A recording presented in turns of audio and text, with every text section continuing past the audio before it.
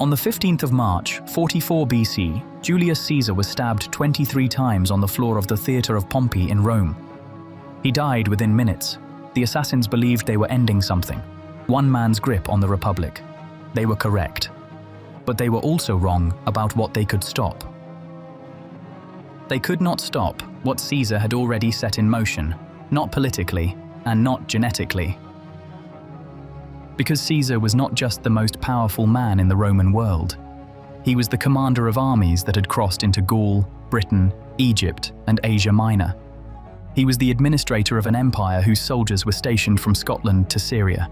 And those soldiers, legionaries drawn from the Italian peninsula and the Roman heartland, did what soldiers throughout history have always done when they occupy foreign territory. They had children. 2,000 years later, genetics is beginning to show us what that means for the people living in those territories today. Rome built one of the most sophisticated military machines in the ancient world. At its height, the Roman army consisted of roughly 30 legions of professional soldiers, each numbering around 5,000 men. That is roughly 150,000 professional soldiers stationed across Europe, North Africa, and the Near East at any given time, with additional auxiliary units that doubled or tripled that number. These soldiers were not weekend warriors who went home after a season. Roman legionaries served for 25 years. They were stationed in fixed bases, often in remote provincial towns far from Rome. They built roads, fortifications, and cities. They administered law and collected taxes. They lived, for a generation or more, as the dominant social and military class in whatever region they occupied. At any given time during the height of the empire, there were Roman soldiers stationed in what is now England, Scotland, France, Germany, Belgium, Spain, Portugal, Romania, Turkey, Syria, Lebanon, Israel, Egypt, Libya, Tunisia, Algeria, and Morocco. This was not a temporary occupation. In many of these regions, Roman military presence lasted for 3 to 5 centuries, long enough for multiple generations of soldiers to be born, serve, and die in the same province their fathers had been stationed in. Roman law for most of the Republic and early Empire technically prohibited legionaries from marrying during service, but the law was widely ignored, unevenly enforced, and ultimately changed under Septimius Severus in 197 AD to allow soldiers to live with their families. Long before that legal change, soldiers were forming relationships with local women, producing children, and creating informal family structures that persisted after the army moved on or was disbanded. The question is whether any of this left a detectable trace in modern DNA. In 2019, a landmark study published in the journal Science analyzed ancient DNA from 727 individuals across the Roman Empire, spanning a period from roughly 900 BC to 700 AD. The samples came from burials across the Italian peninsula and surrounding regions. What the study revealed was a series of dramatic genetic shifts that corresponded directly to the political and military history of Rome. The earliest inhabitants of the Italian peninsula showed a genetic profile consistent with the mix of ancient European hunter-gatherers, early Anatolian farmers, and steppe ancestry peoples that characterized Bronze Age Europe. But as Rome expanded, the genetic profile of the city changed dramatically. People buried in Rome during the height of the empire showed ancestry from the Eastern Mediterranean, North Africa, and the Near East, at levels far above what would be expected from geographic proximity alone. Rome had become a genetic melting pot, drawing people from across the known world. And then the flow reversed. As Roman armies spread outward, they carried this mixed Roman genetic profile into Western Europe, Britain, and the Rhine frontier. Ancient DNA from Roman-era burials in Britain, France, and Germany shows elevated levels of Mediterranean and Near Eastern ancestry that is largely absent from the pre-Roman populations in the same areas and largely disappears again in the post-Roman period. The Roman genetic signal appears, persists for centuries, and then fades as Germanic migrations in the post-Roman period add new ancestry layers on top. It is worth pausing on the scale of what the ancient DNA studies are actually measuring. When a geneticist looks at a skeleton from Roman-era York and identifies elevated Eastern Mediterranean ancestry, they are looking at a biological record of a specific human life. someone who was born, who lived in York, who was buried in York, and whose ancestry originated thousands of miles away.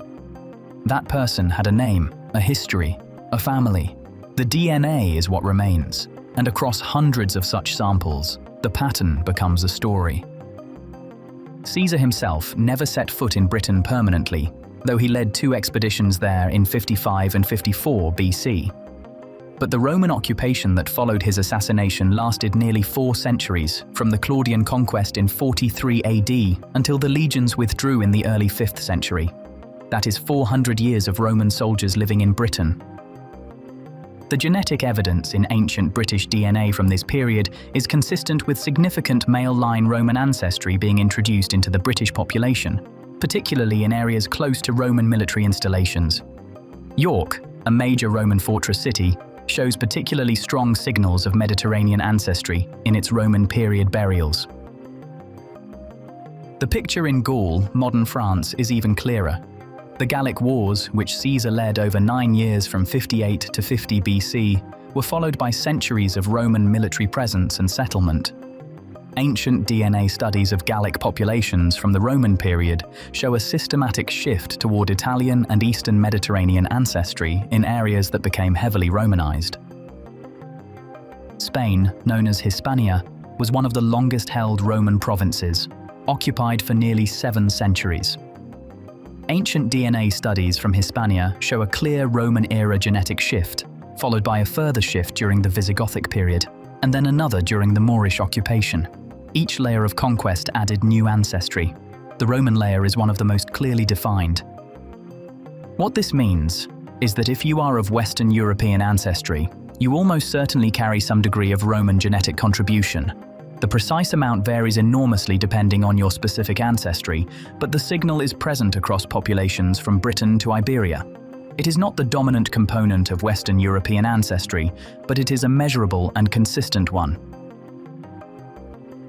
Caesar's own genetic legacy is more specific and harder to trace. He died without a legitimate male heir. His great-nephew and adopted son, Octavian, who became Augustus, was the genetic product of a different family line. The Julian dynasty, the family that Caesar founded as a political entity, was not a biological dynasty in the direct male line sense.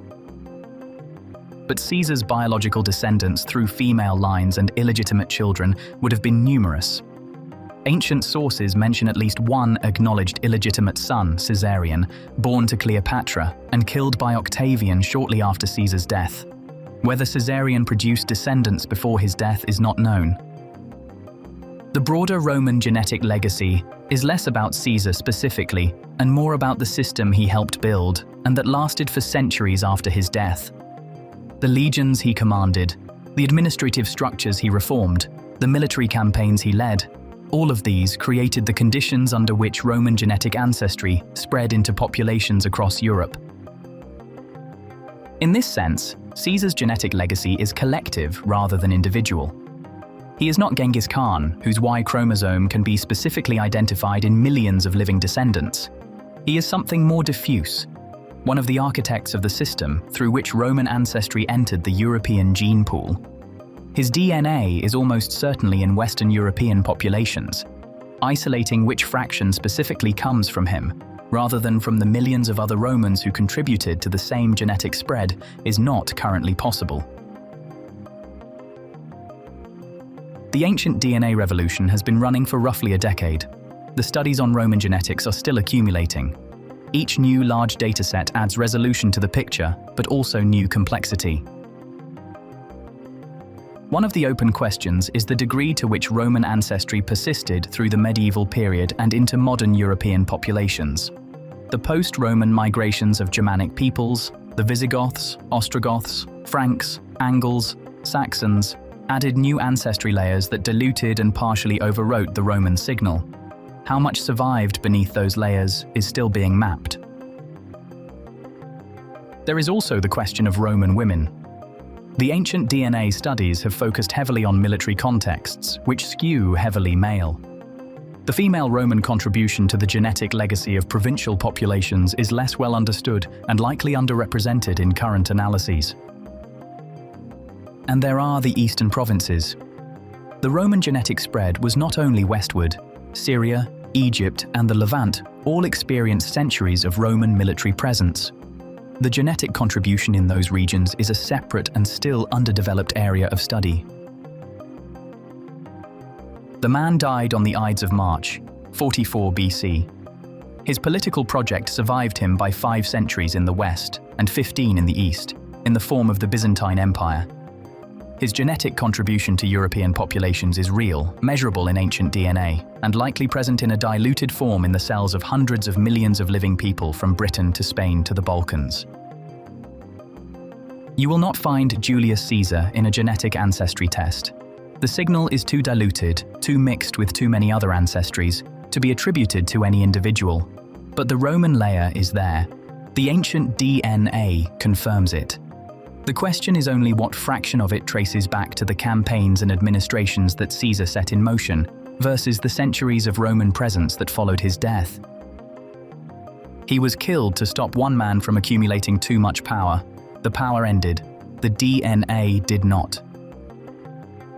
Consider what that means in practical terms. If you are of British, French, Spanish, Portuguese, or Italian ancestry, a portion of your genome was shaped by the Roman military presence in those regions, not by Caesar's personal DNA necessarily, but by the system he commanded and helped construct. The roads his legions built connected the regions his soldiers occupied. The administrative structures he reformed created the conditions for centuries of Roman settlement. The genetic consequence of all that is sitting in your cells, invisible and unlabeled, indistinguishable from the other ancient layers that make up what we casually call our ancestry. Genetics does not care about the calendar. It does not mark the Ides of March. The process that Caesar set in motion continued for 500 years after his death and left an imprint that 2,000 years of subsequent history has diluted but not erased. The case is 2,000 years old. It is still producing evidence,